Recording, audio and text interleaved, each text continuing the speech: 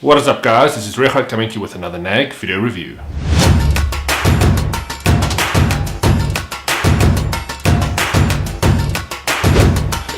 So there's one piece of technology that has captured the imagination of virtually anybody that's into gadgets these days, and that is drones. Now, there are many drones on the market that you can spend your money on, but which one should you go for? Now, one came across my desk very recently that I absolutely fell in love with.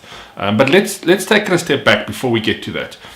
What type of drones are available out there today? Well, as you can see behind me, there's a beautiful little thing called the Phantom 3. It's a slightly older model. You get the Phantom 4 now. Now, these are slightly higher end models, really aimed at cinematographers.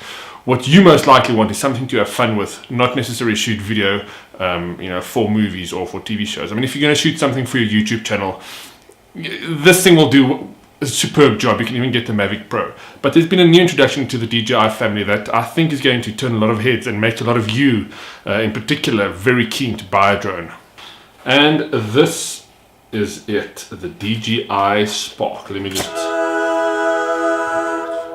With the Spark, DJI really wanted to attract the consumer, the guy that wasn't interested in spending upwards of 25,000 Rand and more on something that produces really superb quality video but doesn't really suit the practical needs of the guy that just wants to have fun with drone technology. The Spark has got everything you'd expect from a DJI drone. It's got a GPS built in, so it'll stay perfectly in place. You'll be able to track it on the map. You'll be able to send it to specific locations. It's got a 1080p 30 frames per second camera that's also able to take 12 megapixel stills. The battery is able to produce a flight time of around 15 minutes, which is more than sufficient. It might not sound like much, but if you're just flying this thing around, taking some videos and stills, 15 minutes is more than enough. Now, I would recommend getting a second battery or the Fly More combo, but we'll chat about that in a minute. One of the things that sets the Spark apart from the other drones in the range, not only its size or its price, is gesture control. Now, even though the Mavic Pro has it in, it's still a different class of drone, and you wouldn't necessarily fly the Mavic with gesture control. The Spark, using this little sensor, will essentially allow you to launch it off the palm of your hand and using a variety of gesture controls, be able to take photograph, have it move around, and then stop and record a video. It is really handy. There are three ways to fly the Spark: using your smartphone, using gesture control, or what I would recommend, the controller. Now, the controller uses a radio connection to connect to the Spark, whereas if you would fly with your smartphone, it would connect directly using Wi-Fi. So your range would be a bit limited, and that's something to keep in mind. One of the things I really like about the Spark is its forward collision avoidance system. This means you won't fly into any objects should you be flying forward. Obviously, if you're flying sideways or backwards, there is no avoidance system in place. Those are only reserved for higher end drones.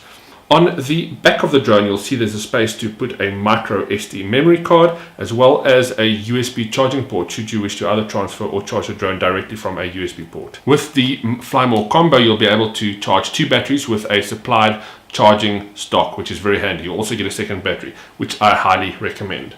The remote controller that bundles with the DJI Spark is very similar to the one that you get with the Mavic Pro, minus the LCD screen. It also feels a little more plasticky, but that's not a problem.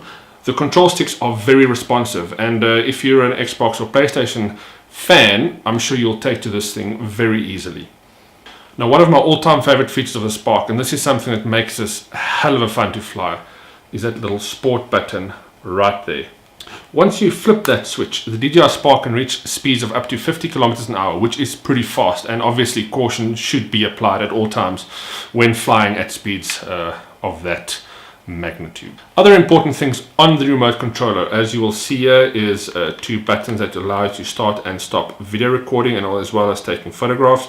You also have your gimbal up and down button over here, and should you be flying, you'll pop out your antennas like that. Connecting to the controller is pretty easy. Just connect to its Wi-Fi hotspot. You pop your phone in at the bottom. There we go. And using the DJI Go 4 app, you can take or fly and pretty much manage anything on your DJI Spark. The important thing to keep in mind is the return to home button, and this should not be pressed if your drone is under a tree or under a roof or anything. This will essentially send it up to a designated height that you have set in the software and bring it back to you, which is a great feature, but just use caution when you want to activate it. Now, like I've said before, I've had a lot of fun flying this drone. Yes, it's fun to fly one of those Phantoms as well, but they serve a different purpose. A lot of people that I speak to just want to fly drones for the fun of it. And if you have £8 to spare, this thing is amazing. I would recommend getting the Fly More bundle though. It does add a few extra features like the battery pack and the controller, which I highly recommend. Now, before I finish this video review, there's a few important things you need to keep in mind before you take off with your drone for the first time. Firstly, you cannot fly in any national parks. This is very important. Even Table Mountain falls under that, so please don't fly your drone anywhere near Table Mountain. You're also not allowed to fly over people or near people. And the law says 50 meters is the distance you need to keep between people and any public roads. Now, obviously, if you're on private ground and you've got permission, just be safe and don't do anything idiotic. You also cannot fly over your house or your neighbor's house, so that is something very important to keep in mind. There's no use in getting one of these if you want to fly in your backyard to spy on the neighbors. That's a no-no. If you'd like to get your hands on one of these beautiful little DJI Sparks, I recommend you head over to shop.navworld.co.za, and I thank the guys for letting me play with one of these units. And that's it for another video review from Regardt and the NAG team. Cheers.